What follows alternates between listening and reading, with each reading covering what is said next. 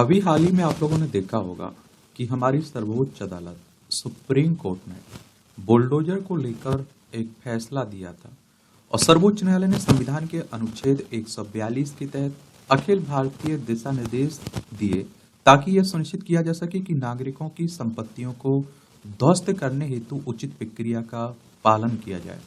और सर्वोच्च न्यायालय ने फैसला दिया कि उचित प्रक्रिया का पालन किए बिना किसी आरोपी या फिर दोषी की संपत्ति को ध्वस्त करना असंवैधानिक है। के आरोपी व्यक्तियों को के घरों को अवैधानिक तरीके से ध्वस्त करने की कुछ चुनौती दी गई थी और जैसा कि हाल ही में उत्तर प्रदेश, मध्य प्रदेश, उत्तराखंड में देखा गया और आपने देखा होगा खासकर उत्तर प्रदेश में और मध्य प्रदेश में ऐसे घर तोड़ दिए गए जो प्रधानमंत्री आवास के तहत बने हुए थे और आप देखते हैं कि बाद में सरकार को मुआवजा भी देना पड़ा। उत्तर प्रदेश में आप देखते हैं कि किसी आरोप में किसी का नाम आता है और उसके घर पर बुलडोजर चला दिया जाता था। तो उसी को लेकर आप देखें सुप्रीम कोर्ट ने एक गाइडलाइन जारी की है। ये देखिए उत्तर प्रदेश है, लखनऊ इसकी राजधानी है, अंतर्राष्ट्रीय सीमा नेपाल से लगती है। राज्यों में बिहार, झारखंड, छत्तीसगढ़, मध्य प्रदेश, राजस्थान, हरियाणा, हिमाचल प्रदेश, उत्तराखंड और दिल्ली से लगती है। 8 राज्यों से लगती है और 1 केंद्र शासित प्रदेश से लगती है। विधानसभा में 403 सीटें, विधान परिषद में 100 सीटें हैं, राज्यसभा में 31 सीटें, लोकसभा में 80 सीटें हैं। योगी आदित्यनाथ यहाँ के चीफ मिनिस्टर हैं और आपने देखा कि योगी आदित्यनाथ को तो बुलडोजर बाबा तक कहा जाने लगा। तो इसके बारे में एक सामान्य जानकारी देख लेते हैं। बुलडोजर न्याय पर सर्वोच्च न्यायालय के दिशा निर्देश क्या है, उन पर भी हम लोग बात करेंगे, जानेंगे। अनुच्छेद जो 142 की चर्चा हो रही है इस पर भी बात करेंगे और सर्वोच्च न्यायालय के दिशा निर्देशों का क्या महत्व है उस महत्व के बारे में बात करेंगे। और बुलडोजर न्याय एक चिंता का विषय क्यों बना हुआ है, क्यों इस पर चिंता जताई जा रही है, उसे भी देखेंगे। और संपत्ति ध्वंस से संबंधित अन्य न्यायिक घोषणाएं क्या है उन्हें भी देखेंगे। और सर्वोच्च न्यायालय दिशा निर्देशों के क्रियान्वयन में क्या चुनौतियां आ सकती हैं उन चुनौतियों पर भी बात करेंगे हम लोग। और देखिए सुप्रीम कोर्ट हमारी सर्वोच्च अदालत है। संविधान के अनुच्छेद 124 के तहत सुप्रीम कोर्ट की स्थापना की बात की गई। 28 जनवरी 1950 में स्थापना हुई थी। बुलडोजर न्याय से तात्पर्य उन संपत्तियों को ध्वस्त करने की प्रथा कभी कभी उचित कानूनी प्रक्रियाओं का पालन किए बिना से है जो अक्सर अपराध के आरोपी लोगों की होती है।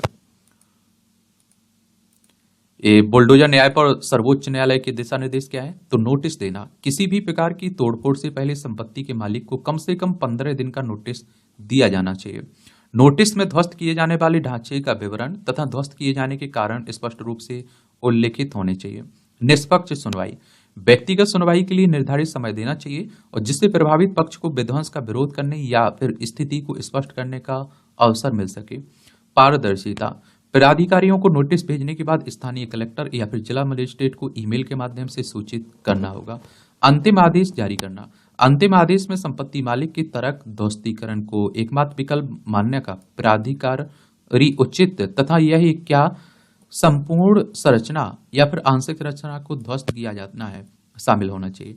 अंतिम आदेश के बाद की अवधि, यदि ध्वस्तीकरण का आदेश जारी किया जाता है तो इसके क्रियान्वयन से पहले 15 दिन का समय दिया जाए और जिससे संपत्ति मालिक को संरचना को हटाने या फिर आदेश को न्यायालय में चुनौती देने का मौका मिल सके। विध्वंस का दस्तावेजीकरण, प्राधिकरण को विध्वंस का वीडियो रिकॉर्ड करना होगा और पहले से ही एक निरीक्षण रिपोर्ट तैयार करनी होगी और साथ ही इसमें शामिल कर्मियों की सूची वाली एक विध्वंस रिपोर्ट भी तैयार करनी होगी। और दोहरे उल्लंघन के लिए परीक्षण, तो सर्वोच्च न्यायालय ने उन मामलों के लिए एक अलग परीक्षण निर्धारित किया जहां ध्वस्त की गई संपत्ति में किसी आरोपी का निवास हो और अवैध निर्माण के रूप में उस संपत्ति द्वारा नगर पालिका कानून का उल्लंघन होता हो। सर्वोच्च न्यायालय ने कहा कि यदि केवल एक संरचना को ध्वस्त किया जाता है जबकि समान संरचनाओं की अछूता छोड़ दिया जाता है तो इसका अर्थ यह हो सकता है कि इसका उद्देश्य आरोपी को दंडित करना है, न कि अवैध निर्माण को हटाना। अपवाद, तो सर्वोच्च न्यायालय ने स्पष्ट किया कि उसके निर्देश उन मामलों में लागू नहीं होंगे जहां सड़क, गली या फुटपाथ जैसे किसी सार्वजनिक स्थान पर, रेल लाइन या किसी नदी या जल निकाय के समीप कोई अनधिकृत संरचना या तथा उन मामलों में भी लागू नहीं होंगे जहां न्यायालय द्वारा ध्वस्तीकरण का आदेश दिया गया। अनुच्छेद 142 क्या है? संविधान के अनुच्छेद 142 सर्वोच्च न्यायालय को किसी भी मामले में पूर्ण न्याय के लिए आवश्यक आदेश और डिक्री पारित करने का अधिकार है। अनुच्छेद 142 एक सर्वोच्च न्यायालय को संपूर्ण न्याय करने के लिए पूरे भारत में परिवर्तनीय आदेश पारित राष्ट्रपति द्वारा निर्धारित करने की शक्ति प्रदान करता है। अनुच्छेद 142(2) न्यायालय को उपस्थिति सुनिश्चित करने, दस्तावेजों की खोज करने या फिर अवमानना के लिए दंड देने की शक्ति प्रदान करता है। समय के साथ इस प्रावधान का उपयोग पूर्ण न्याय सुनिश्चित करने और विधायी खामियों को दूर करने के लिए किया गया है। सर्वोच्च न्यायालय के दिशा निर्देश का क्या महत्व होगा? तो शक्तियों का पृथक्करण। फैसले में इस बात पर जोर दिया गया कि न्यायपालिका के पास दोष तय करने तथा यह निर्धारित करने की शक्ति है कि क्या राज्य के किसी अंग ने अपनी सीमाओं का अतिक्रमण किया है। कार्यपालिका अपने मूल कार्यों के निष्पादन में न्यायपालिका का स्थान नहीं ले सकती है। विधि का शासन।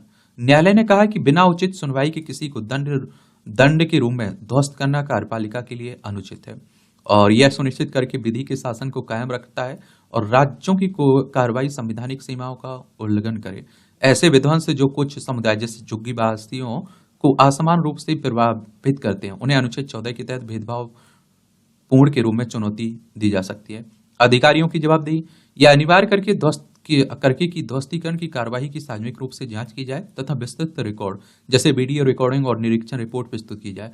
दिशा निर्देशों का उद्देश्य सत्ता के दुरुपयोग को रोकना तथा अधिक जवाबदेही को बढ़ावा देना है।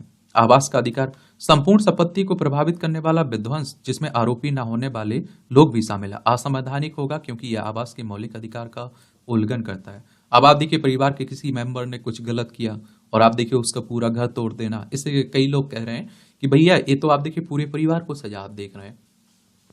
भारतीय संविधान के अनुच्छेद 21 के तहत सम्मान के साथ जीवन जीने के अधिकार में आश्रय या आवास का अधिकार भी शामिल है। अनुच्छेद 301 गारंटी देता है कि किसी भी व्यक्ति को कानून के अलावा उसकी संपत्ति से वंचित नहीं किया जाएगा। यह प्रावधान इस बात पर जोर देता है कि संपत्ति को केवल उचित प्रक्रिया एवं वैध कानून के तहत ही छीना जा सकता है। पहले संपत्ति का अधिकार मौलिक अधिकार हुआ करता था, फिर आप देखते हैं कि जो 44वां संविधान संशोधन हुआ था 1978 में, इसे मौलिक अधिकार से हटाकर कानूनी अधिकार बना दिया गया। अनुच्छेद 300 ये जोड़ दिया गया था। व्यक्तिगत अधिकारों का संरक्षण। उचित प्रक्रिया और शक्तियों के पृथक्करण पर न्यायालय व्यक्तियों को राज्य की मनमानी कार्रवाई से बचाता है तथा यह सुनिश्चित करता है कि कानून प्रवर्तन की आड़ में अधिकारों का उल्लंघन न हो। Geneva convention 1949।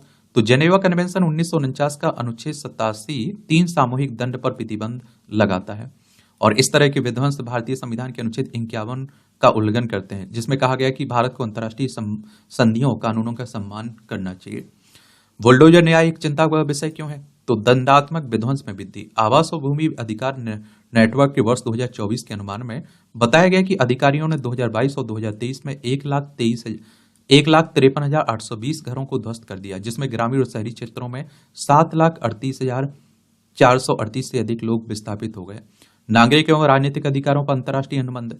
ICCPR के अनुच्छेद 17 में कहा गया है प्रत्येक व्यक्ति को व्यक्तिगत रूप से या दूसरों के साथ मिलकर संपत्ति रखने का अधिकार है और किसी को भी मनमाने ढंग से उसकी संपत्ति से वंचित नहीं किया जाएगा। सामूहिक दंड। सर्वोच्च न्यायालय ने माना कि ध्वस्तीकरण अभियान न केवल अपराध के कथित अपराधियों को निशाना बनाता है बल्कि उनके निवास स्थान को नष्ट करके उनके परिवारों पर एक प्रहार का सामूहिक दंड भी लगाता है। त्वरित न्याय। अतिक्रमण या अनधिकृत निर्माण के खिलाफ कार्रवाई के रूप में तोड़फोड़ को उचित ठहराया गया। दंडात्मक हिंसा के ऐसे राज्य स्वीकृत कृत्यों को त्वरित न्याय के रूप में सराहा भी गया। संपत्ति के विध्वंस से संबंधित अन्य घोषणाएं, न्यायिक घोषणाएं। मेनका गांधी केस 1978 का। सर्वोच्च न्यायालय ने कानून द्वारा स्थापित प्रक्रिया के दायरे का विस्तार करते हुए निर्णय दिया कि न्याय संगत, निष्पक्ष और उचित होनी चाहिए, जिससे कानून की उचित प्रक्रिया के सिद्धांत का परिवर्तन हो।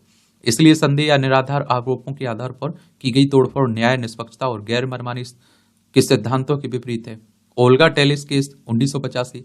सर्वोच्च न्यायालय ने पुष्टि की कि जीवन के अधिकार की गारंटी देने वाले अनुच्छेद 21 में या आप देखिए आजीविका और आश्रय का अधिकार भी शामिल है। इसका अर्थ है बिना उचित प्रक्रिया के घरों को ध्वस्त करना संवैधानिक अधिकारों का उल्लंघन है। केटी प्लांटेशन लिमिटेड केस 2011। सर्वोच्च न्यायालय ने फैसला दिया कि अनुच्छेद 301 के तहत संपत्ति से वंचित करने का प्रावधान करने वाला कानून न्याय संगत, निष्पक्ष, उचित होना चाहिए। अब सर्वोच्च न्यायालय दिशा निर्देशों के क्रियान्वयन में क्या चुनौतियां आएंगी? तो राजनीतिक इच्छा शक्ति पर निर्भरता। प्रतिशोध या निवारण के रूप में विध्वंस का उपयोग करने का राजनीतिक दबाव विशेष रूप से राजनीतिक रूप से आवेशित वातावरण में बना रह सकता है। दंड से मुक्ति की संस्कृति। हालांकि दिशा निर्देश अधिकारियों पर जवाबदेही थोपते हैं, लेकिन ऐतिहासिक उदाहरण जैसे हेट स्पीच या मॉब लिंचिंग जैसे मुद्दों को संबोधित करने के लिए न्यायालय के पिछले प्रयास यह सुझाव देते हैं कि इस तरह के प्रयासों से हमेशा पर्याप्त परिणाम या जवाबदेही नहीं मिली है। निगरानी का अभाव या जोखिम बना रहता है कि स्थानीय प्राधिकारी या फिर अधिकारी इन नियमों को दरकिनार करने के तरीके ढूंढ लेंगे, विशेष रूप से उन क्षेत्रों में जहां न्यायिक निगरानी कमजोर है। दीर्घकालिक सांस्कृतिक परिवर्तन। अकेले दिशा निर्देश व्यापक सांस्कृतिक और संस्थागत प्रथाओं को बदलने के लिए पर्याप्त नहीं हो सकते हैं, जो इस तरह की कार्रवाइयों की अनुमति देते हैं। बाकी देखते हैं कि क्या होता है, क्या इसके रिजल्ट निकलते हैं सुप्रीम कोर्ट के दिशा निर्देश के। आपका कोई सवाल हो, मेरे लिए सुझाव हो, तो आप लोग जरूर बताइए। और इस तरह के टॉपिक से आपके एग्जाम में क्वेश्चंस पूछे जाते हैं, चाहे सिविल सर्विस एग्जाम की तैयारी कराओ, स्टेट पीसीएस एग्जाम की तैयारी करें या वनडे एग्जाम की तैयारी करें, तो एक सामान्य जानकारी जरूर रखा करिएगा। ठीक है, धन्यवाद।